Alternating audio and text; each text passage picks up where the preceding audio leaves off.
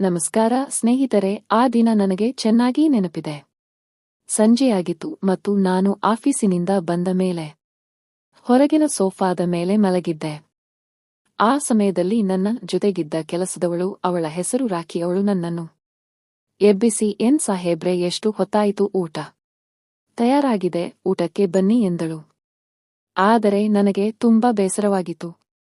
ಹೇಗೋ ಊಟ ಮಾಡಿ ಮತ್ತೆ ಮಲಗಿದೆ. ರಾತ್ರಿ ನನಗೆ ಎಚ್ಚರವಾಯಿತು ಮತ್ತು ನೋಡಿದೆ, ನನ್ನ ಕೆಲಸದವಳು ರಾಖಿ ತನ್ನ ಕೋಣೆಯಲ್ಲಿದ್ದಳು. ಆದರೆ ಅವಳಿಗೆ ನಿದ್ದೆ ಬರುತ್ತಿರಲಿಲ್ಲ. ಅವಳಿಗೆ ಗಂಡನ ನೆನಪಾಗುತ್ತಿತ್ತು. ಅವಳು ಈ ದಿಂಬಿನಿಂದ ಆ ದಿಂಬಿಗೆ ಹೊರಳಾಡುತ್ತಿದ್ದಳು. ಆವಾಗ ನಾನು ಅವಳ ಬಳಿ ಹೋದೆ ಮತ್ತು "ಏನಾಯಿತು, ನಿನಗೆ ನಿದ್ದೆ ಬರುತ್ತಿಲ್ಲವೇ, ಏನಾದರೂ ಹುಷಾರಿಲ್ಲವೇ" ಎಂದು ಕೇಳಿದೆ. ಅದಕ್ಕೆ ಅವಳು "ಏನಿಲ್ಲ" ಎಂದಳು. ನಾನು ಅವಳಿಗೆ ತುಂಬಾ ವಿನಂತಿ ಮಾಡಿದ ನಂತರ ಕೇಳಿದೆ. ಆಗ ಅವಳು "ಗಂಡ ಹತ್ತಿರ ಇಲ್ಲವಲ್ಲ, ಅದಕ್ಕೆ ಅವರ ನೆನಪಾಗುತ್ತಿದೆ" ಎಂದಳು. ಅದನ್ನು ಕೇಳಿ ನಾನು ಚಕಿತನಾದೆ.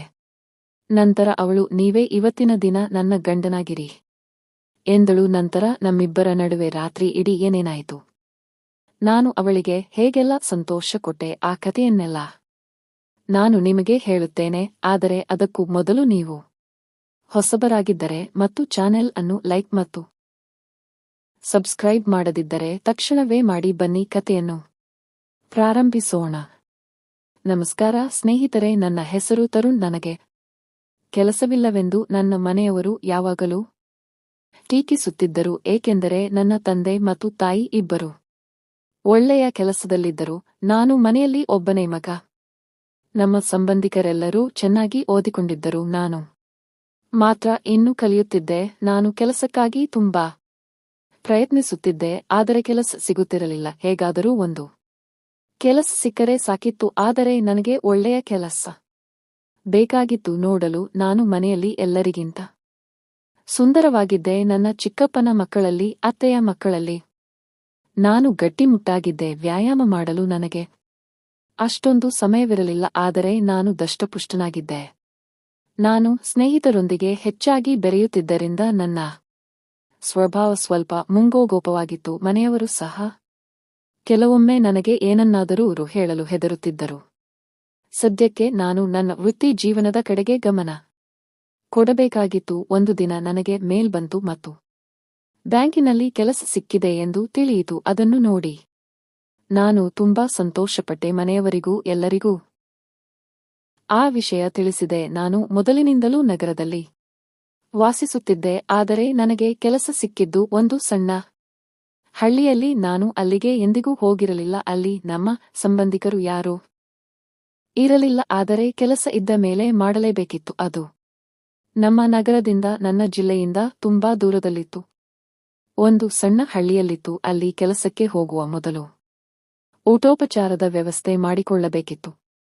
ಆದರೆ ನನ್ನ ಅಮ್ಮ ಮತ್ತು ಅಪ್ಪ ಇಬ್ಬರು ಕೆಲಸಕ್ಕೆ ಹೋಗುತ್ತಿದ್ದರು. ಅವರು ನನ್ನ ಜೊತೆ ಬರಲು ಸಾಧ್ಯವಿರಲಿಲ್ಲ.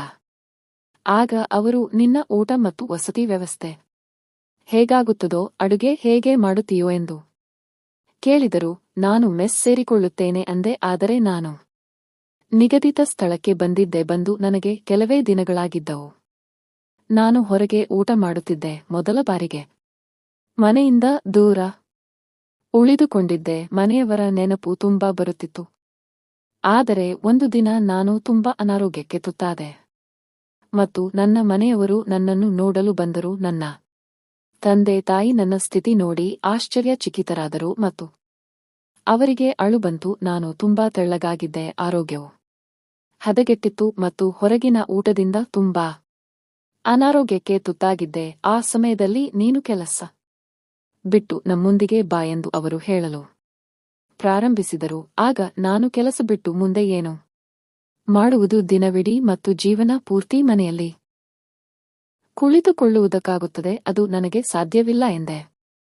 ಆ ಸಮಯದಲ್ಲಿ ಅವರು ನನ್ನ ಬಗ್ಗೆ ಕಾಳಜಿ ವಹಿಸುತ್ತಿದ್ದರು ಮತ್ತು ಅವರು ನನ್ನೊಂದಿಗೆ 8 ದಿನಗಳ ಕಾಲ ಇದ್ದರು. ಆದರೆ ಕೊನೆಗೆ ಅವರು ಒಂದು ಉಪಾಯ ಕಂಡುಕೊಂಡರು. ಅವರ ಪರಿಚಯದವರಾದ ರಾಖಿ ಎಂಬ ಹಳ್ಳಿಯ ಹೆಂಗಸು ಇದ್ದರು. ಅವಳು ಮತ್ತು ಮನೆಯವರಿಗೆ ಮೊದಲಿನಿಂದಲೂ ಪರಿಚಯವಿತ್ತು. ಆ ಸಮಯದಲ್ಲಿ ಅವರೊಂದಿಗೆ ಮಾತನಾಡಿದರು ಮತ್ತು ಅವಳು ನನ್ನೊಂದಿಗೆ ವಾಸಿಸಲು ಬರುತ್ತಾಳೆ ಎಂದು ಮನೆಯವರು ಹೇಳಿದರು. ಒಬ್ಬ ಹೆಂಗಸು ನನ್ನೊಂದಿಗೆ ಏಕೆ ಎಂದು ನಾನು ಕೇಳಿದೆ. ಆಗ ನನ್ನ ತಾಯಿ, ಅವಳು ನಿನಗೆ ಅಡುಗೆ ಮಾಡಿಕೊಡುತ್ತಾಳೆ ಮತ್ತು ಮನೆಯ ಕೋಣೆಯಲ್ಲಿಯೇ ಇರುತ್ತಾಳೆ, ನಿನ್ನೊಂದಿಗೆ ಅಲ್ಲಿರುತ್ತಾಳೆ. ಅವಳು ತುಂಬಾ ಒಳ್ಳೆಯವಳು. ಅವಳು ಗಂಡನಿಂದ ದೂರವಾಗಿದ್ದಾಳೆ. ಗಂಡ ಅವಳನ್ನು ನೋಡಿಕೊಳ್ಳುವುದಿಲ್ಲ. ಅವರಲ್ಲಿ ಜಗಳವಾಗುತ್ತವೆ. ಅವಳ ಗಂಡ ಕುಡುಕನಾಗಿರುವುದರಿಂದ ಅವಳಿಗೆ ತುಂಬಾ ತೊಂದರೆ ಕೊಡುತ್ತಾನೆ. ಹಾಗಾಗಿ ಅವಳು ಒಬ್ಬಂಟಿಯಾಗಿ ವಾಸಿಸುತ್ತಾಳೆ ಮತ್ತು ಒಂದೆರಡು ಕೆಲಸ ಮಾಡುತ್ತಾಳೆ. ಅವಳು ನನ್ನ ನಂಬಿಕಸ್ಥಳು, ನಿನ್ನ ಅಜ್ಜಿಯ ಪಕ್ಕದ ಮನೆಯವಳು. ಹಾಗಾಗಿ ಅವಳು ನಿನ್ನೊಂದಿಗೆ ಬರುತ್ತಾಳೆ ಎಂದರು. ಅವಳು 2 ದಿನಗಳ ನಂತರ ಬರುತ್ತಾಳೆ ಎಂದರು. ಆ ಸಮಯದಲ್ಲಿ ನಾನು ಸರಿ ಎಂದೆ. ನನ್ನ ತಂದೆ ತಾಯಿ ನನ್ನ ಬಳಿ ಇದ್ದರು ಮತ್ತು ಕೆಲವು ದಿನಗಳ ನಂತರ ಹೊರಟು ಹೋದರು. 2 ದಿನಗಳ ನಂತರ ಅವಳು ಬರಬೇಕಿತ್ತು. ಅವಳು ನನಗೆ ಫೋನ್ ಮಾಡಿ ಮಾತನಾಡಿದ್ದಳು, ಆದರೆ ನಾನು ಅವಳನ್ನು ನೋಡಿರಲಿಲ್ಲ. ಹಳ್ಳಿಯವಳಾಗಿರಬಹುದು, ಸರಳ ವ್ಯಕ್ತಿಯಾಗಿರಬಹುದು ಎಂದು ನಾನು ಅಂದುಕೊಂಡಿದ್ದೆ. ನಾನು ಹೆಚ್ಚು ತಲೆ ಕೆಡಿಸಿಕೊಳ್ಳಲಿಲ್ಲ. 2 ದಿನಗಳ ನಂತರ ಅವಳು ಬಂದಾಗ ನಾನು ಅವಳನ್ನು ಕರೆತರಲು ನಿಲ್ದಾಣಕ್ಕೆ ಹೋದೆ ಮತ್ತು ನನ್ನ ಕಣ್ಣುಗಳನ್ನು ನಂಬಲು ಸಾಧ್ಯವಾಗಲಿಲ್ಲ. ಅವಳು ತುಂಬಾ ಯುವತಿಯಾಗಿದ್ದಳು, ಸುಮಾರು 40ರ ಆಸುಪಾಸಿನಲ್ಲಿ, ಆದರೆ ದಷ್ಟಪುಷ್ಟವಾಗಿದ್ದಳು ಮತ್ತು ಬೆಳ್ಳಗಿದ್ದಳು. ನಾನು ಹೆಚ್ಚು ಏನನ್ನೂ ಮಾತನಾಡಲಿಲ್ಲ. ಅವಳು ನನ್ನ ರೂಮಿಗೆ ಬಂದಳು. ನಾನು ಹೇಳಿದಂತೆ ಮನೆಯಿಂದ ಕೆಲವು ಪಾತ್ರೆಗಳನ್ನು ತಂದು ಇಟ್ಟಿದ್ದೆ. ಬಂದ ನಂತರ ಅವಳೇ ದಿನಸಿ ಸಾಮಾನುಗಳನ್ನು ತುಂಬಿದಳು ಮತ್ತು ನಾನು ಅವಳಿಗೆ ಹಣವನ್ನು ಕೊಟ್ಟೆ. ಅವಳು ನನಗೆ ಅಡುಗೆ ಮಾಡಿದಳು. ಪ್ರತಿದಿನ ಬೆಳಿಗ್ಗೆ ನಾನು ಆಫೀಸಿಗೆ ಹೋಗುವಾಗ ಊಟದ ಡಬ್ಬಿಯನ್ನು ತಯಾರಿಸಿ ಕೊಡುತ್ತಿದ್ದಳು. ಇದರಿಂದ ನನಗೆ ಮನೆಯ ಊಟದ ಅಭ್ಯಾಸವಾಯಿತು. ಮೊದಲಿನಂತೆ ಈಗ ನಾನು ನನ್ನ ಬಗ್ಗೆ ಗಮನ ಕೊಡಲು ಪ್ರಾರಂಭಿಸಿದೆ. ಅವಳ ಮತ್ತು ನನ್ನ ನಡುವೆ ಸಂಜೆ ಮತ್ತು ಬೆಳಿಗ್ಗೆ ಸ್ವಲ್ಪ ಸಮಯ ಮಾತ್ರ ಭೇಟಿಯಾಗುತ್ತಿತ್ತು. ಶನಿವಾರ ಮತ್ತು ಭಾನುವಾರ ರಜೆ ಇದ್ದಾಗ ನಾನು ಎಲ್ಲಾದರೂ ಹೊರಗೆ ಹೋಗುತ್ತಿದ್ದೆ. ಅವಳು ಮಾತ್ರ ರೂಮಿನಲ್ಲಿ ಒಬ್ಬಂಟಿಯಾಗಿ ಇರುತ್ತಿದ್ದಳು. ಒಂದು ದಿನ ಆಫೀಸಿನಲ್ಲಿ ತುಂಬಾ ಕೆಲಸವಿತ್ತು ಮತ್ತು ಆ ದಿನ ನಾನು ರೂಮಿಗೆ ತಲುಪಲು ತುಂಬಾ ತಡವಾಯಿತು. ನನಗೆ ತುಂಬಾ ಬೇಸರವಾಗಿತ್ತು. ಇಡೀ ದಿನ ಆಫೀಸಿನಲ್ಲಿ ಲೈಟ್ ಇರಲಿಲ್ಲ ಮತ್ತು ತುಂಬಾ ಬಿಸಿಯಾಗಿತ್ತು. ಬ್ಯಾಂಕಿನ ಕೆಲಸವಾದ್ದರಿಂದ ಸ್ವಲ್ಪ ಬೇಸರಗೊಂಡಿದ್ದೆ. ಒಂದು ಕ್ಷಣ ಕೆಲಸವನ್ನು ಬಿಟ್ಟು ಮನೆಗೆ ಹೋಗಬೇಕೆಂದು ಅನಿಸಿತು. ಆದರೆ ಆ ದಿನ ನನ್ನ ಸಂಬಳ ಆಗಿದ್ದರಿಂದ ಸ್ವಲ್ಪ ಸಮಾಧಾನವಾಯಿತು. ನಾನು ಇಡೀ ದಿನ ಮನೆಯವರ ಫೋನನ್ನು ಸಹ ಸ್ವೀಕರಿಸಲಿಲ್ಲ. ಸಂಜೆ ಬೇಸರಗೊಂಡು ಹಾಲಿನಲ್ಲಿರುವ ಸೋಫಾದ ಮೇಲೆ ಮಲಗಿದ್ದೆ. ಆದರೆ ನನ್ನ ಕೆಲಸದವಳು ರಾಖಿ ನನ್ನನ್ನು ಎಬ್ಬಿಸಲಿಲ್ಲ. ಸಂಜೆ ಯಾವಾಗ ಆಯಿತು ಎಂದು ನನಗೂ ತಿಳಿಯಲಿಲ್ಲ. ನಾನು ಮಲಗಿದ್ದಾಗ ಅವಳು ನನ್ನನ್ನು ಎಬ್ಬಿಸಲು ಪ್ರಯತ್ನಿಸಿದಳು. ಅಯ್ಯೋ ಸಾಹೇಬರೇ, ಅಯ್ಯೋ ತರುಣ್, ಹೇಳಿ, ತುಂಬಾ ತಡವಾಗಿದೆ, ಊಟ ಬೇಡವೇ ಎಂದು ಕೇಳಿದಳು. ನಾನು ಗಾಬರಿಯಿಂದ ಎದ್ದಾಗ ಹೊರಗೆ ಕತ್ತಲು ಆವರಿಸಿತ್ತು. ಕೋಣೆಯ ಲೈಟ್ ನನ್ನ ಮುಖದ ಮೇಲೆ ಹೊಳೆಯುತ್ತಿತ್ತು. ಆ ಸಮಯದಲ್ಲಿ ನಾನು ಹೌದು, ಊಟ ಮಾಡಬೇಕು, ಎಷ್ಟು ಹೊತ್ತಾಯಿತು, ತುಂಬಾ ಹಸಿವಾಗಿದೆ ಎಂದೆ. ಅವಳು ಮೊಬೈಲ್ನಲ್ಲಿ ನೋಡಿದಾಗ 9 ಗಂಟೆ ಆಗಿತ್ತು. ಅಬ್ಬಾ, ಎಷ್ಟು ತಡವಾಯಿತಾ? ನಾನು ಮೊದಲ ಬಾರಿಗೆ ಹೀಗೆ ಮಲಗಿದ್ದೆ. ಕೆಲಸದ ಸೀನರಿ ಎಲ್ಲ ನೆನಪಾಯಿತು. ಅವಳು ಊಟಕ್ಕೆ ತಟ್ಟೆ ಬಡಿಸಿದಳು. ನೀನು ಕುಳಿತುಕೋ, ನಾವಿಬ್ಬರೂ ಒಟ್ಟಿಗೆ ಊಟ ಮಾಡೋಣ ಎಂದೆ. ಅವಳು ಬೇಡ ಎನ್ನುತ್ತಿದ್ದರು. ನಾನು ತುಂಬಾ ವಿನಂತಿಸಿದೆ. ಮನೆಯಲ್ಲಿರುವುದರಿಂದ ನಾನು ಬರೀ ಚಡ್ಡಿ ಹಾಕಿಕೊಂಡಿದ್ದೆ. ನಾನು ಅವಳ ಮುಂದೆ ಊಟಕ್ಕೆ ಕುಳಿತೆ. ಅವಳು ತುಂಬಾ ನಾಚಿಕೊಳ್ಳುತ್ತಿದ್ದಳು, ಆದರೆ ನಾನು ಅವಳ ಕಡೆ ಗಮನ ಕೊಡಲಿಲ್ಲ. ಯಾವಾಗಲೂ ಊಟ ಮಾಡುವಾಗ ಮೊಬೈಲ್ ನೋಡುತ್ತಿದ್ದೆ, ಆದರೆ ಇಂದು ಅವಳು ನನ್ನ ಮುಂದೆ ಇದ್ದಳು. ನಾನು ಮೊಬೈಲ್ ನೋಡಲಿಲ್ಲ ಮತ್ತು ಹೊಟ್ಟೆ ತುಂಬಾ ಊಟ ಮಾಡಿದೆ. ನನ್ನ ಗಮನ ಅವಳ ಮೇಲಿತ್ತು. ನಾವು ಸುಮಾರು 4-5 ವಾರಗಳಿಂದ ಒಟ್ಟಿಗೆ ವಾಸಿಸುತ್ತಿದ್ದೆವು. ಅವಳು ಮೊದಲು ತುಂಬಾ ಮಾತನಾಡುತ್ತಿದ್ದಳು, ಆದರೆ ಈಗ ಒಬ್ಬಂಟಿಯಾಗಿ ಇರುತ್ತಿದ್ದಳು. ಮೊದಲ ಬಾರಿಗೆ ಅವಳು ನನ್ನ ಮುಂದೆ ಇದ್ದಾಗ ನಾನು ಅವಳನ್ನು ನೋಡಿದೆ. ನೋಡಲು ಅವಳೇನೂ ಕಡಿಮೆ ಇರಲಿಲ್ಲ. ಅವಳ ತುಂಬಿದ ಹಣ್ಣುಗಳು ಆ ಸೀರೆಯಿಂದ ಎದ್ದು ಕಾಣುತ್ತಿದ್ದವು. ಇದನ್ನು ನಾನು ಮೊದಲ ಬಾರಿಗೆ ನೋಡುತ್ತಿದ್ದೆ. ಅವಳು ನಾಚಿಕೆ ಪಡುತ್ತಿದ್ದಳು. ಅವಳ ಕೂದಲಿನ ಒಂದು ಭಾಗ ಮುಖದ ಮೇಲೆ ಬಿದ್ದಿತ್ತು. ಅವಳ ಕಣ್ಣುಗಳು ಮತ್ತು ಸೌಂದರ್ಯ ತುಂಬು ತರುತ್ತಿತ್ತು. ನಾನು ಊಟ ಮಾಡಿದೆ ಮತ್ತು ನಂತರ ಸೋಫಾದ ಮೇಲೆ ಮೊಬೈಲ್ ನೋಡುತ್ತಾ ಮಲಗಿದೆ. ರಾತ್ರಿ ನನಗೆ ಎಚ್ಚರವಾಯಿತು. ಆಗ 12 ಗಂಟೆ ಆಗಿತ್ತು. ಈಗ ನನ್ನ ನಿದ್ದೆ ಪೂರ್ತಿಯಾಗಿತ್ತು ಮತ್ತು ಇಡೀ ರಾತ್ರಿ ನಿದ್ದೆ ಬರುವುದಿಲ್ಲ ಎಂದು ಅನಿಸಿತು. ಮರುದಿನ ಭಾನುವಾರವಾಗಿತ್ತು. ಇಡೀ ದಿನ ನನಗೂ ಕೆಲಸವಿತ್ತು. ಹಾಗಾಗಿ ನಾನು ಎದ್ದೆ. ಆಗ ನನಗೆ ನನ್ನ ಕೆಲಸದವಳು ರಾಖಿಯ ಬಾಗಿಲು ತೆರೆದಿದ್ದನ್ನು ನೋಡಿದೆ. ನಿಧಾನವಾಗಿ ಬಾಗಿಲಿನಿಂದ ಒಳಗೆ ಇಣುಕಿದೆ. ಅವಳು ಒದ್ದಾಡುತ್ತಿದ್ದಳು. ಅವಳಿಗೆ ನಿದ್ದೆ ಬರುತ್ತಿರಲಿಲ್ಲ. ಒಂದು ದಿಂಬಿನಿಂದ ಇನ್ನೊಂದು ದಿಂಬಿಗೆ ಹೊರಳಾಡುತ್ತಿದ್ದಳು. ದಿಂಬನ್ನು ತಬ್ಬಿಕೊಂಡು ಹುಚ್ಚಿಯಂತೆ ಆಡುತ್ತಿದ್ದಳು. ಅವಳ ವರ್ತನೆ ನನಗೆ ಸ್ವಲ್ಪ ವಿಚಿತ್ರವಾಗಿ ಕಂಡಿತು. ಅವಳು ತುಂಬಾ ಒದ್ದಾಡುತ್ತಿದ್ದಳು ಮತ್ತು ತಳಮಳಗೊಂಡಿದ್ದಳು. ಅವಳ ತಳಮಳವನ್ನು ನೋಡಲಾಗದೆ ನಾನು ಬಾಗಿಲನ್ನು ಒಳಗೆ ತಳ್ಳಿದೆ. ಬಾಗಿಲು ಕಿರುಚಿದ ತಕ್ಷಣ ಅವಳು ಬೆಚ್ಚಿ ಬಿದ್ದು ಎದ್ದಳು. ಆಗ ನಾನು ಏನಾಯಿತು, ನಿದ್ದೆ ಬರುತ್ತಿಲ್ಲವೇ, ಆರೋಗ್ಯ ಸರಿ ಇಲ್ಲವೇ ಎಂದು ಕೇಳಿದೆ. ಅವಳು ಏನೂ ಇಲ್ಲ ಎಂದಳು. ಆದರೆ ಅವಳ ಸ್ಥಿತಿ ನನಗೆ ನೋಡಲಾಗಲಿಲ್ಲ. ಅವಳ ಮುಖ ಬಾಡಿತು. ತುಂಬಾ ದುಃಖಿತಳಾಗಿದ್ದಳು. ಹಾಗಾಗಿ ಅವಳಿಗೆ ಏನಾಗಿದೆ ಎಂದು ತಿಳಿಯಲು ನಾನು ಹತ್ತಿರ ಹೋಗಲು ನಿರ್ಧರಿಸಿದೆ. ಬಹುಶಃ ಜ್ವರ ಬಂದಿರಬಹುದು ಎಂದು ನಾನು ಅವಳ ಕೈ ಮುಟ್ಟಿದೆ. ಆದರೆ ಅವಳು ತನ್ನ ದೇಹವನ್ನು ಹಿಂದಕ್ಕೆ ತೆಗೆದುಕೊಂಡು ನಾಚಿಕೊಂಡಳು. ಆಗ ನಾನು ಖಂಡಿತವಾಗಿಯೂ ಏನಾಗುತ್ತಿದೆ ಹೇಳು ನನಗೆ ಎಂದೆ. ಅವಳು ಏನೂ ಇಲ್ಲ ಎಂದಳು. ನಾನು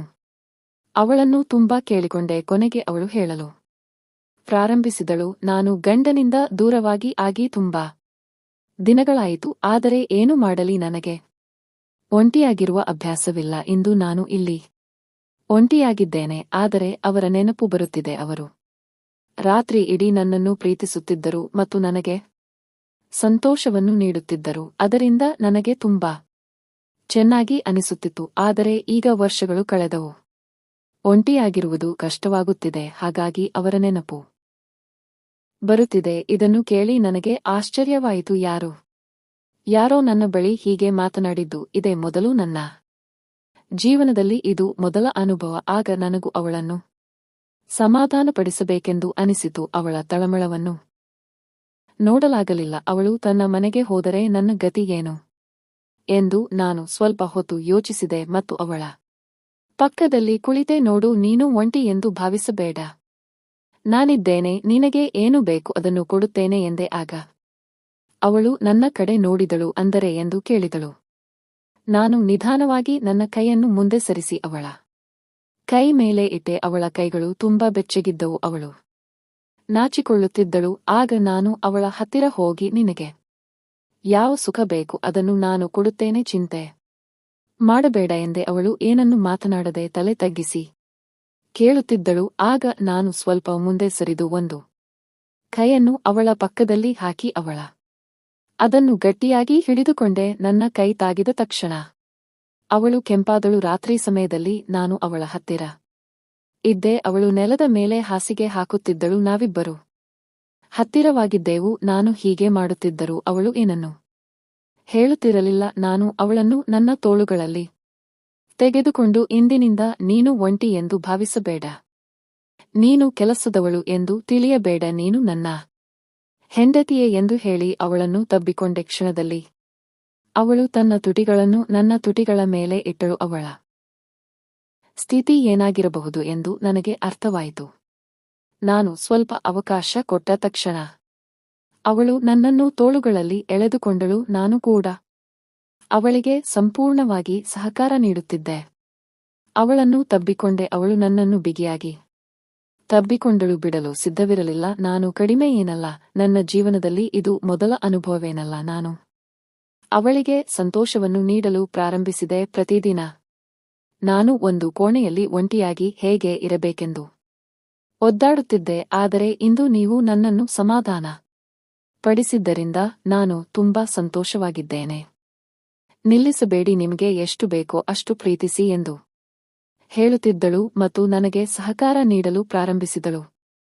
ನನಗೂ ಅದೇ ಬೇಕಿತ್ತು. ಇಲ್ಲಿ ಒಂಟಿಯಾಗಿರುವುದು ತುಂಬಾ ಬೇಸರ ತರಿಸುತ್ತಿತ್ತು. ನಿಧಾನವಾಗಿ ನಾನು ರಂಗೇರಲು ಪ್ರಾರಂಭಿಸಿದೆ. ನನ್ನ ಕೆಲಸದವಳನ್ನು ಹೀಗೆ ತಬ್ಬಿಕೊಂಡು ಅವಳ ಸೌಂದರ್ಯವನ್ನು ನೋಡಲು ನನಗೆ ತುಂಬಾ ಸಂತೋಷವಾಗುತ್ತಿತ್ತು. ಅವಳು ನನಗೆ ಈಗ ನನ್ನನ್ನು ಶಾಂತಗೊಳಿಸಿ ಎಂದಳು. ಆದರೆ ಅವಳಿಗೆ ಈ ವಿಷಯಗಳ ಬಗ್ಗೆ ಉತ್ತಮ ಅನುಭವವಿತ್ತು. ಅವಳು ನನ್ನನ್ನು ಎಳೆದು ತಬ್ಬಿಕೊಂಡಳು. ನಾನು ಕೂಡ ಅವಳ ತೋಳುಗಳಲ್ಲಿ ಸರಿಯಾಗಿ ಕುಳಿತೆ ಮತ್ತು ಆನಂದವನ್ನು ನೀಡಲು ಪ್ರಾರಂಭಿಸಿದೆ. ಮೊದಲೇ ನನ್ನ ನಿದ್ದೆ ಚೆನ್ನಾಗಿತ್ತು. ಅಲ್ಲಿಂದ ಮುಂದೆ ನಮ್ಮ ಬೆಳಿಗ್ಗೆ ಮತ್ತು ಸಂಜೆಯ ಯೋಜನೆಗಳು ಚೆನ್ನಾಗಿ ನಡೆಯುತ್ತಿದ್ದವು. ಅವಳು ಮನೆಯಲ್ಲಿ ನನ್ನನ್ನು ಗಂಡನಂತೆ ಪ್ರೀತಿಸುತ್ತಿದ್ದಳು. ನಾನು ಕೂಡ ಅವಳನ್ನು ಹೆಂಡತಿ ಎಂದು ಭಾವಿಸಲು ಪ್ರಾರಂಭಿಸಿದೆ. ಇಂದಿಗೆ ಈ ವಿಷಯಕ್ಕೆ 2-3 ವರ್ಷಗಳಾಯಿತು. ಇನ್ನು ಮದುವೆಯಾಗುವ ನಿರ್ಧಾರವನ್ನು ನಾನು ತೆಗೆದುಕೊಂಡಿಲ್ಲ, ಏಕೆಂದರೆ ನನ್ನ ಕೆಲಸದವಳು ನನ್ನ ಬಗ್ಗೆ ತುಂಬಾ ಕಾಳಜಿ ವಹಿಸುತ್ತಿದ್ದಳು. ನನಗೆ ಏನನ್ನೂ ಕಡಿಮೆ ಅನಿಸದಂತೆ ನೋಡಿಕೊಳ್ಳುತ್ತಿದ್ದಳು. ಅವಳು ನನಗೆ ಚೆನ್ನಾಗಿ ಅನುಕೂಲ ಮಾಡಿದ್ದಳು. ಕತೆ ಹೇಗಿತ್ತು ಎಂದು ತಿಳಿಸಿ. ಹೊಸಬರಾಗಿದ್ದರೆ ಚಾನೆಲ್ ಅನ್ನು ಲೈಕ್ ಮತ್ತು ಸಬ್ಸ್ಕ್ರೈಬ್ ಮಾಡಲು ಮರೆಯಬೇಡಿ. ಧನ್ಯವಾದಗಳು.